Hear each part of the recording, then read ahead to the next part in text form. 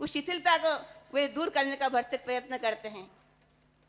वे अपने भक्तों को इतना वात्सल्य स्नेह और प्रेम देते हैं कि भक्त दूर दूर से दौड़े चले आते हैं कि आज आचार्य श्री का आचार्य पदरोहण दिवस है, चलिए वहाँ चलना है। गुरु भक्ति के पीछे वे दौड़े दौड़े चले आते हैं।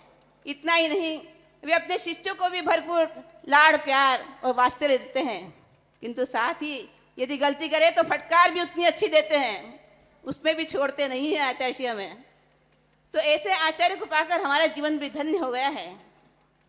आचार्य श्री का अपने पूर्वाचार्य के प्रति बहुत ही दृढ़ श्रद्धान है, बहुत ही भक्ति है उनके प्रति।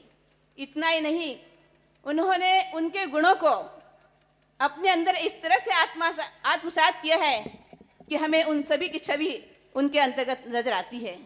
हमने तो अपने पूर्वाचार्य के दर्शन किए नहीं, किंतु आचार्य श्री में उन सब के दर्शन पाते हैं। आचार्य श्री ने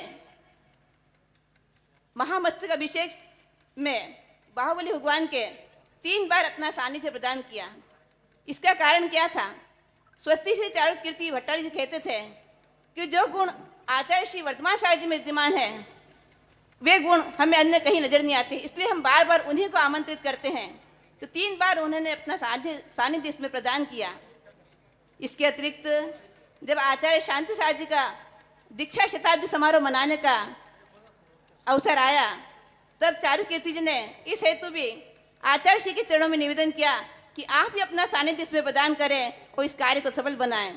आचार्य श्री ने उस कार्य को भी विश्व स्तर पर पुरुषार्थ करके सफल बनाया और वर्तमान में भी आचार्य शांति साहब जी महाराज का आचार्य पदरोहण दिवस मनाने का कार्य जोर शोर से चल रहा है। उसमें आचार्य श्री अपना पूरा पुरुषार्थ उसमें लगा रहे हैं। सारा संघ और भी सभी साधुगण उसमें लगे हुए हैं। इतना ही नहीं, आचार्य श्री का आत्मबल भी बहुत मजबूत है, बहुत ही दृढ़ है।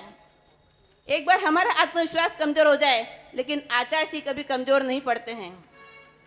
इसका साक्षात उदाहरण हमने जब कर्नाटक प्रांत में 2021 में कोथली गांव में संघ का चतुर्मास हो रहा था, उस समय आचार्य जी का स्वास्थ्य अचानक इतना खराब हो गया कि वो न तो बोल पा रहे थे और न एक कदम भी चल पा रहे थे।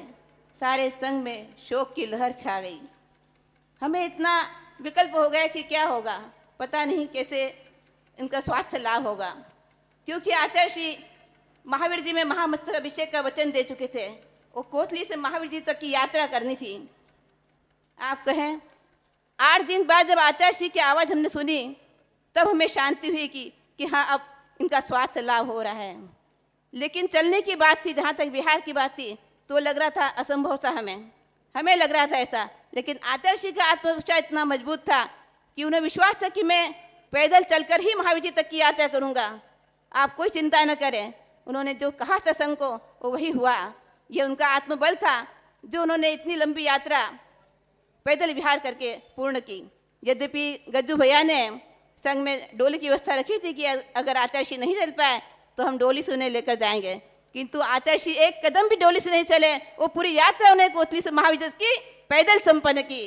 तो ऐसे प्रेरणा स्रोत आचार्य श्री हमारे लिए भी इतने आदर्श हैं कि मेरे पाँव में भी बहुत भयंकर वेदना थी, मैं भी पैदल नहीं चल पा रही थी, लेकिन जब मैं आचार्य श्री की तरफ देखती तो मुझे लगता कि नहीं, जब आचार्य श्री चल सकते तो मैं क्यों नहीं चल सकती, मुझे भी चलना चाहिए। इस तरह से मैंने भी पूरी पैदल यात्रा महावीर जी तक की संपन्न की, बिना व्हील चेयर के आश्रय के।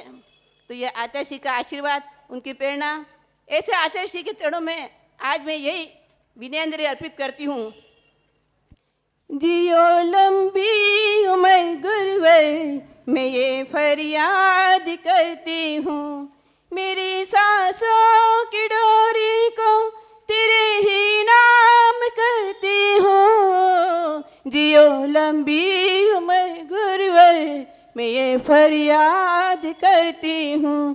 तुम्ही से सूर्य है रोशन, तुम्ही से चांद में चिलमन, तुम्ही से गा रही नदियाँ, तुम्ही से बाग है गुलशन। जियो लंबी उम्र गुरुवर, मैं ये फरियाद करती हूँ। तुम्ही से प्राण पा करके मैं ये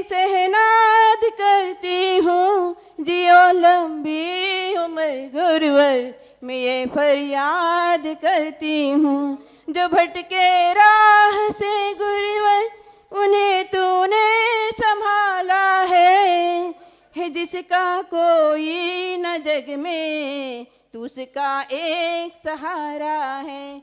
जियो लंबी उम्र गुरुवर मैं ये फरियाद करती हूँ, तुम्हीं से प्राण हम सबके मैं ये